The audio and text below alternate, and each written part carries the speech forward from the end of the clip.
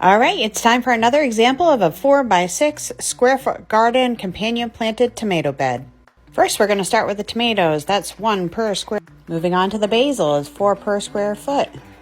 And all these beds that I'm showing you are similar to some of the beds that I'm going to be planting, except I have some 8-foot long beds instead of 6-foot long. And yes, I do plant this much basil because basil actually helps protect the tomato plant.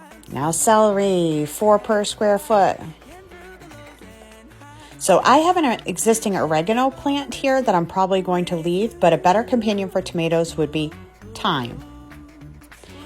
I'm just warning you that thyme will eventually spread. However, it's good for medicinal purposes. It's also good for pest control and for culinary reasons, so I don't mind having a lot of it.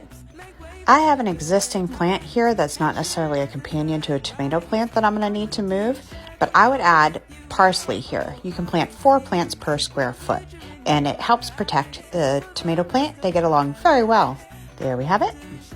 All right, so my other crop in this garden bed is going to be my bell peppers. And some people say that they're not good to plant together, but I have never had a problem as long as you continue to fertilize and feed both of the plants. There we go, and now we're going to add in 1 borage plant per square foot. As I've said many times, you only can get 1 per square foot.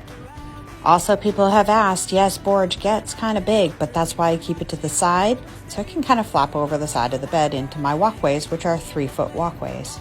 Borage also helps with the tomato hornworm. Now I'm going to put a patch of calendula because I love calendula for medicinal purposes. It's beautiful flower for attracting pollinators also. And that gets you 4 per square foot. And then our protector plant, marigolds, 4 per square foot. And I always tend to keep marigolds to the sides because they grow lower and I just like the look of them in the corners of the beds.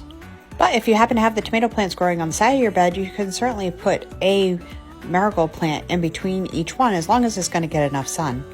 Now remember, you're going to have to trellis these tomato plants. We're going to be putting a support system over top, putting a string down to the bottom, and letting them vine up the string will help them along. As I said before, most of my beds have one main crop, in this case tomato plants, but I also have peppers and everything else is usable, but here to help those grow. If you like this content and find it helpful, please leave a comment for me and like and follow for more content like this and much more.